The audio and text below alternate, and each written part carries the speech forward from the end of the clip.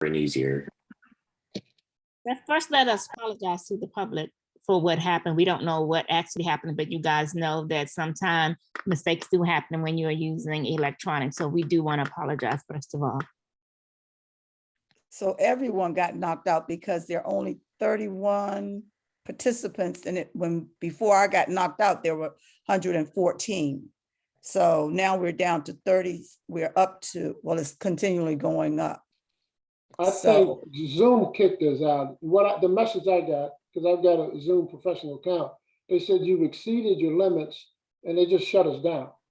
Yeah, Zoom, it's something is going on tonight. I've never had these. I think it was, Yeah. I think it's clearly a mistake, but that's the message I got was if you have too many, you go too long, they just shut us down. It's not. Yeah, we've my been having connection. challenges all night. All Yeah, night. and I've had them. I agree. So at the Board Member Thomas, you left off. Do we have a quorum? Yes. Board Member Thomas. Yeah, once again, my motion is to seek an opinion from the attorney, seek a ruling from the Attorney General on the first vote that took place, which was to accept the CIP budget with the amendments that were included. That is my motion. Okay, and so therefore, is there a second to his motion? Because my position is that I would be willing to just go on and do the letter to the Attorney General seeking this, but if you all wanted to go do the process and vote, can Mr. Thomas get a second motion? I'll second. I mean, second to his motion. I'll All right, it's been moved and second that a legal response be requested from the Attorney General in reference to the vote that was taken tonight relative to the CIP and the amendment, and then in reference to the CIP, which was the recommendation of the versus the recommendation made by the CEO. All in favor? Wait, yeah, a question. Board Member Valentine. I was wondering whether my colleague sometimes have a friendly amendment in that if the Attorney General's office does not bring a recommendation by the date in which the CIP is due, that we submit our CIP and not be in violation of this. Missing the deadline. That's my concern. I think that's a valid concern. I think one way that we can try to avoid that issue happening is maybe include that information as we make this request, include that, that this is an extremely time-sensitive matter in the request that we make in order to ensure, at the end of the day, this really shouldn't take, this shouldn't take more than a good 15-20 minute look by the person who knows the right answer, right? So well, I'm sorry, I would imagine the person would have to look at the amendment, look at the CIP, determine whether what the CEO, the action Recommended. was going to take runs contrary to what we as a board, we as a committee, we're going to put forward, and determine whether one action based on 1107, which I think we probably should include in that as well, is an action that runs counter to the CEO's action. And so I think my point is that's really the part of contention. Is this overturned? Is this an action running in counter, or some would say, no, it's not running counter, it's running independent, which seems to be where the state's attorney or Attorney General, but I just want to make sure, I guess my main concern that we don't miss the deadline, that's all. fair enough. I don't want us to run the risk of being out of compliance and missing the deadline as well.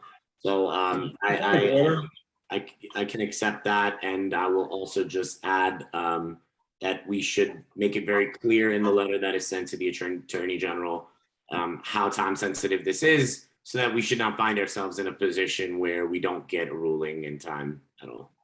Mr. Shelton. Well, a couple of things. First of all, Dr. Miller said she was going to do what Mr. Thomas wanted. She was going to write a letter. So it's not necessary to vote if she's going to go ahead and do it anyway. That's one thing. The other thing is, Sorry, Mr. Shelton, just to be clear, I want this to come. Mr. Thomas, let I want Mr. this- Mr. I want this Thomas, to come from the please. board. Mr. Thomas, let Mr. Shelton finish and let me recognize you. well, Please do not interfere when anyone is speaking. I will Understood. recognize your hand. Mr. Shelton, would you please finish? yes, ma'am. I appreciate Mr. Thomas's desire to get it from the board, but as I understand it, a request for an attorney general opinion has to come from Dr. Miller anyway. And the board can vote to direct her to do something, but it's up to her whether or not she will do it. And since she said she's going to do it, I think the vote is not required. If you want to go ahead and do the vote anyway, fine. The other thing is the action that the board has taken tonight still stands. You know, regardless of whether the attorney general does something, if he does something next week, or if he does something 2 months from now, your action still stands. It doesn't nullify unless he comes back and says it wasn't appropriate. And my third thing is, having worked in the attorney general's office in Kentucky many years ago, that request is going to come in. It's going to fall to some junior person in the attorney general's office. It's going to go on his or her desk.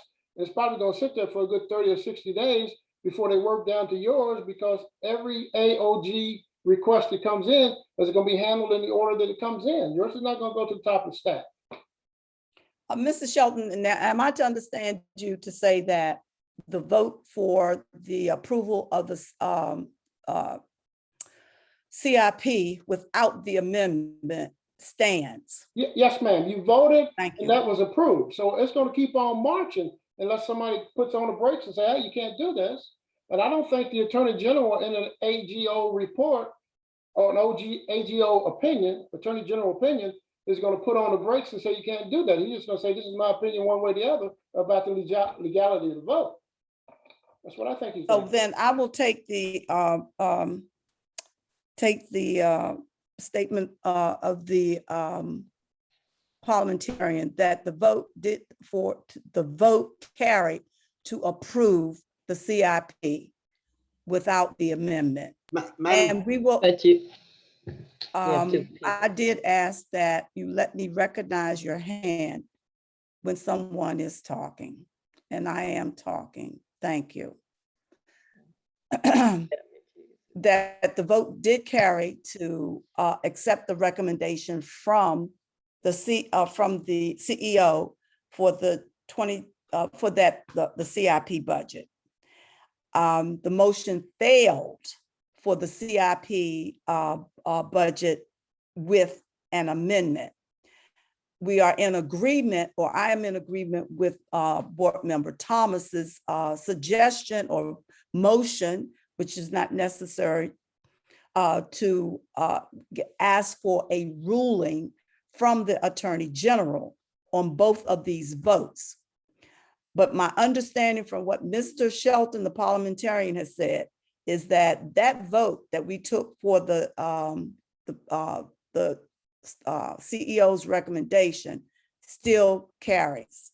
And with that, that means that the budget will be moved forward. The budget recommendation for the CIP will move forward at a time in a timely manner, and will not be halted to wait for an opinion from the Attorney General.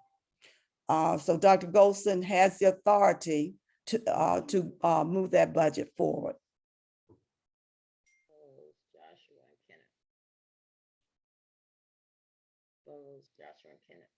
You have three hands up. Yes, three I hands. know, I apologize. Board Member Burrows. Yes, I'm not sure where the misunderstanding has come in. It was clear to all that the motion that received 7 votes to approve the CIP passed. Mr. Thomas's motion was not in contradiction to that fact. Nothing in his motion said we're going to hold up the CIP until we get a response from this. It takes 7 votes for a motion to pass. The CIP received 7 votes. And so obviously it would move forward. I raised my hand actually to speak in favor of Ms. Mickens-Murray's point, and that this issue is, yes, in part in this moment about the CIP and the recommendation from the CEO as it relates to the budget. But the real question is around all the recommendations. And so I would ask that you would, as you're drafting this letter, consult with Ms. Mickens-Murray around that point, because this does not just apply to this issue. And it would be helpful to the board to have a ruling on the broader issue under the law, so that we don't have to keep revisiting this issue by issue. And so I just wanted to speak in favor of what Ms. Mickens-Murray said. Okay. I will work with the chair if the chair wants me to. Thank And you. also, colleagues, I hope the letter is balanced and gets to the point. If not, then we're going to have to take other avenues to get a letter, which we can do as well.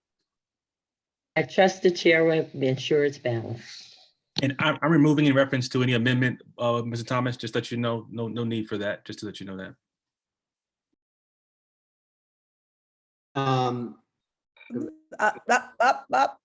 Mr. Harris, Mr. Thomas, this will be your Yeah, second so- round. Mr. Harris, this is his first. Yeah, thank Ms.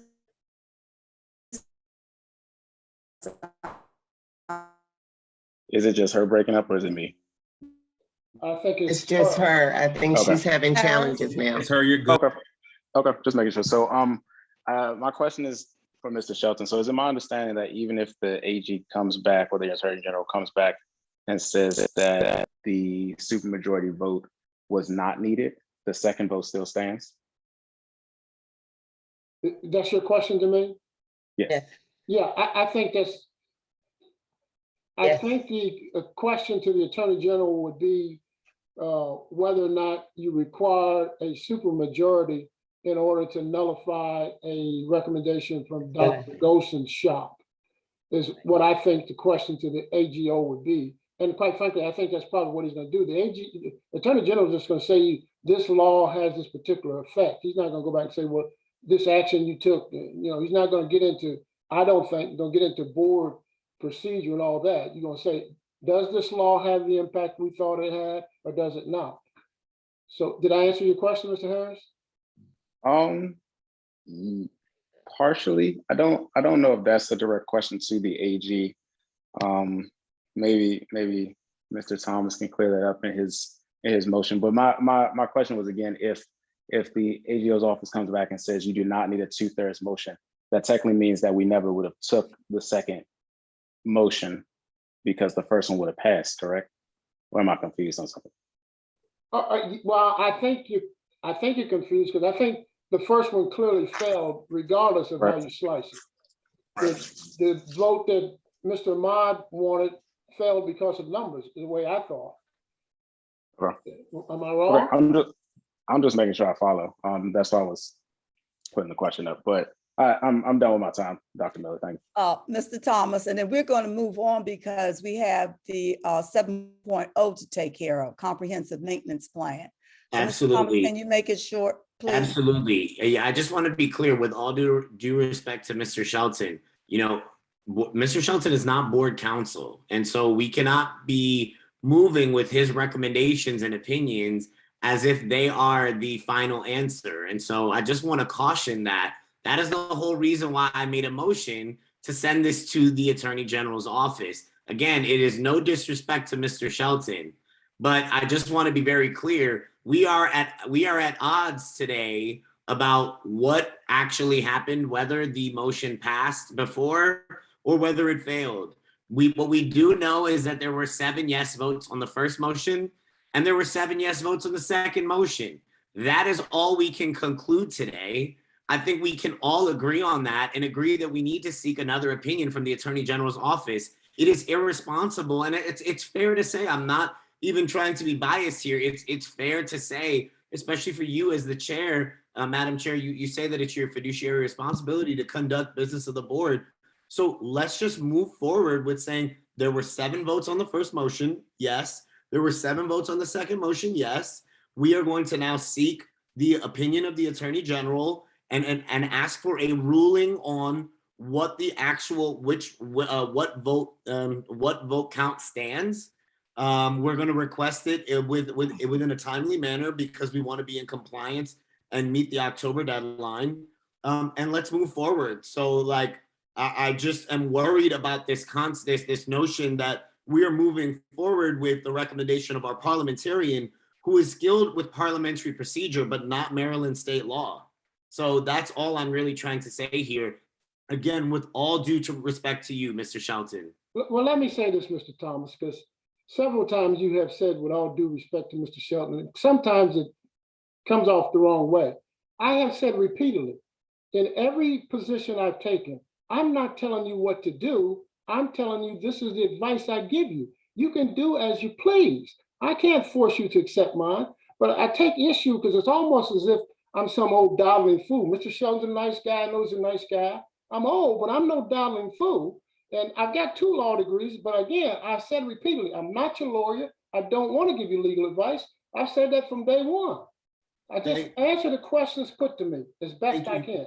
Thank you for saying that. I don't think Yeah, that of Mr. you Thomas, in any way. we're not going to So- go back, and excuse me, Board Member Thomas. Well, I did not recognize you. I did not Dr. Miller, recognize I was on the floor and he was Board responding. to me. Member Thomas, He was please. responding to me, Dr. Miller. I'm Board just Member finishing my Thomas, remarks. please. I'm just finishing my remarks and saying But Mr. made it- he's Shelton made it- had not finished. he's made it very Mr. clear. Shelton had not finished. He's Mr. made it very Shelton clear had that not he is not finished. Wait a minute, Mr. Thomas. He's Dr. made it very Miller, clear. I think that Mr. Thomas was going to offer an apology to me, and I'm certainly amenable to accepting it. Absolutely. I just wanted to make, as you heard my timer go off, that was my time to speak. That is all I was doing was responding to the comments from Mr. Shelton. And so I wanted to make it very clear, Mr. Shelton, that I apologize if that was your interpretation.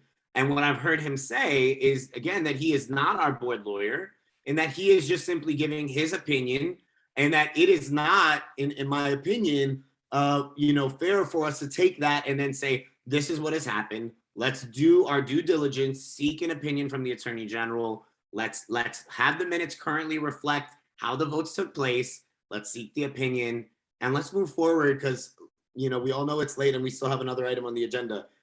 This should make sense to everyone here. Thank you, Board Member Thomas. Board Member Mickens Murray, can you move fast on this? Because I'm not going into 12 o'clock. It's almost 11 o'clock. And if I have to put the maintenance issue on hold for the next meeting, we will. But I am not going to. I just wanted to make a comment, Madam Chair. We were doing so well tonight. Yes. And I don't know how voting on the CIP, what we know our children need, derailed us. We all need to think about that. Well, Board Member Burrows did make a comment that we should move forward. If I'm correct, Board Member Burrows, that his recommendation to all of us was for us to move forward with that CIP and then get the opinion, move forward with sending on the CIP, get the opinion, and then we will look at what the opinion says and come back and iron it out as a board. Am I correct? I'm not sure what the best legal advice is here, but I think that's the question that we should pose in our letter to the Attorney General. It's my belief that both motions pass because the law says that it takes 7 votes for a motion to pass. And so I think we should include that as a question to the Attorney General. Okay, then thank you. And then I'm closing. I have to, as I'm always accused of making a unilateral decision, I have to make this unilateral decision that we have to move this agenda forward. The chair will follow up with getting an opinion from the Attorney General. If that opinion is not back before, if we do not receive it before the timeline with, what is it, Dr. Golson, October the what, 7th?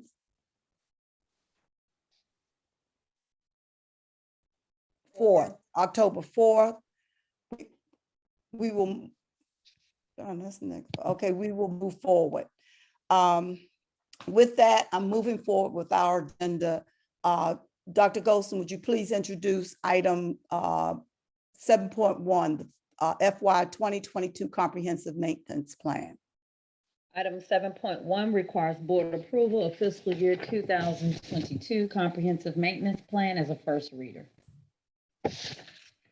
May I have a motion to accept item 7.1 as a first reader? I move that we accept item 7.1 as a first reader, the FY 2022 Comprehensive Maintenance Plan. Second. It's been moved and second that we accept the FY 2022 Comprehensive Maintenance Plan as a first reader. Any discussion? Call for the vote. All in favor? Aye. Aye. Aye. Any opposed? Any abstentions? None. The motion. I was saying no abstentions. It Okay. passes. The motion passed. Next, the non-consent agenda. There were no items pulled. So we will move forward with the motion to confirm actions taken in the executive session. The motion and second to confirm actions taken in the executive session on September 23rd are as follows: to approve personnel appointments, to receive chief executive officer and the report from the chief executive officer, and to receive a report from internal audit. So May I moved. have a motion? Second. It's been moved and second to confirm actions taken in executive session. Any discussion? All in favor, signify by Aye. saying aye. Aye. Any opposition? Any abstentions? The motion carries, and the three items mentioned: to approve personnel appointments, to receive a report from the chief executive officer, and to receive a report from internal audit for actions taken up in the executive session. Motion carries. Okay. Last but not least, colleagues, are there any follow-up items from September 2nd board work session that will be posted in board docs for your review upon receipt? 11.0. Can I have a motion for adjournment? May I make a motion that we adjourn? So moved. It's been moved Second. and that this- Second. the meeting has been moved in second that the meeting for September 23rd be adjourned. All in favor? Aye. Aye. Any opposition? Any abstentions? Good night and thank you. Good night, everybody. everyone. Good night. Mhm.